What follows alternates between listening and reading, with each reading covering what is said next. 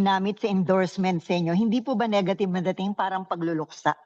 Eh, yun na nga, sabi ko nga, bakit nga ba itim? Siya nagpupumiglas na talagang kinakailangan itim. Pagkat ang sabi niya, nagluluksa ang bansa at maraming naghihirap, gutom na ang sikmura, gutom pa sa hustisya.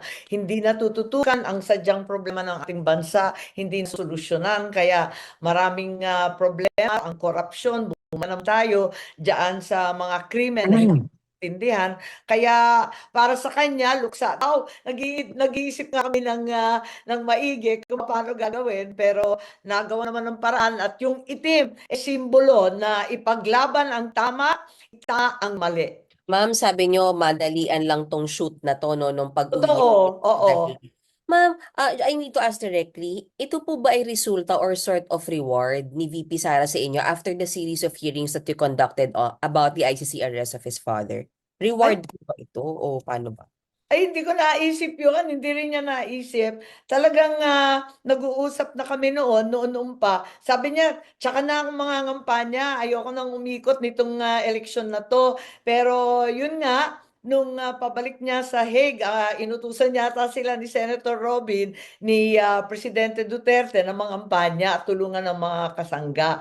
Yun ang nangyari. So, palagay ko, marami namang nagpapasalamat. Ako, higit sa lahat, walang mapaglagyan ng saya, pasasalamat at karangalan sa aking puso. Simulat sa pool, kaming dalawa naman talaga magkaibigan. At kahit papano, aminado ako na naipahamak ko siya dahil hindi ko naman alam na mangyayari ang ganito. Kilala niya ako, kilala ko rin siya, kilala namin ang isa't isa, hindi nagbabago ang pagtanaw ko ng utang na loob at paghanga sa pananatili niyang may tiwala sa akin.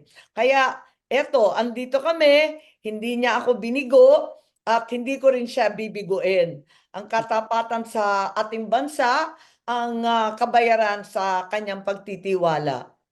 So ma'am, itong political ad na to, endorsement na to, born out of your long-time friendship with Oo her. naman, na hindi naman nagbabago. Kung minsan, nayayamot siya sa sinasabi ko, ako naman nagalit din sa kung minsan nagsasabi siya, para lang kaming kaibigan pero hindi nagmamaliw. Parating pareho, parating consistent.